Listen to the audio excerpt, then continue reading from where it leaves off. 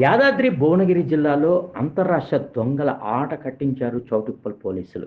మార్చి నెలలో చౌటుప్పల్లో జరిగిన ఓ కిరాణా షాపులో దొంగతనం కేసును పోలీసులు ఎట్టకేలకు ఛేదించారు. దొంగతనానికి పాల్పడ్డ 5గురు దొంగల ముఠాను పోలీసులు అరెస్ట్ చేశారు. రాజస్థాన్కి చెందిన ఈ ముఠా బాలాజీ కిరాణా షాపులో జరిగిన లూటీపై పోలీసులు విచారించారు. నిందితుల నుంచి 10 లక్షలు విలువ చేసే సిగరెట్లు కార్టూన్లను స్వాధీనం చేసుకున్నారు. చోరీకి ఉపయోగించిన కారును పోలీసులు సీజ్ చేశారు. గతంలో కూడా నిందితులు చోరీకి పాల్పడినట్టు పోలీసుల విచారణలో తేలింది.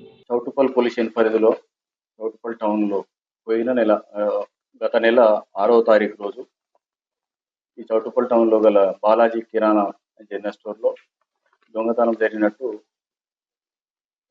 కిరాణా షాపు యజమాని అయిన కృష్ణమూర్తి గారు కంప్లైంట్ ఇవ్వడం జరిగింది. ఆయన దరఖాస్తు పైన ఎఫ్ఐఆర్ నమోదు చేసి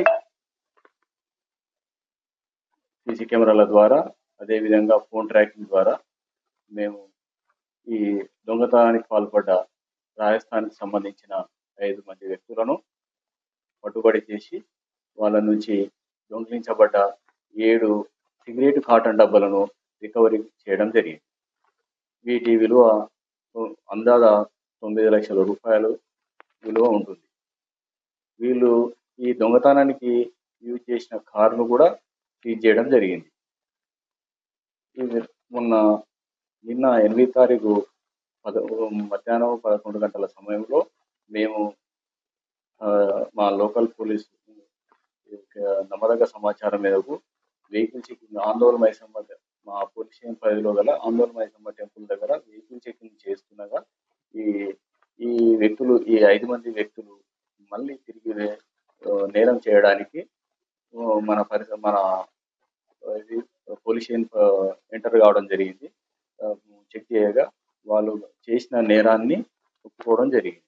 నిన్న వాళ్ళను జ్యుడిషియల్ కస్టడీకి సంబంధించి నిన్న కోర్టు ముందు ప్రొడ్యూస్ చేసి నల్గొండ జైలుకు తరలించడం జరిగింది.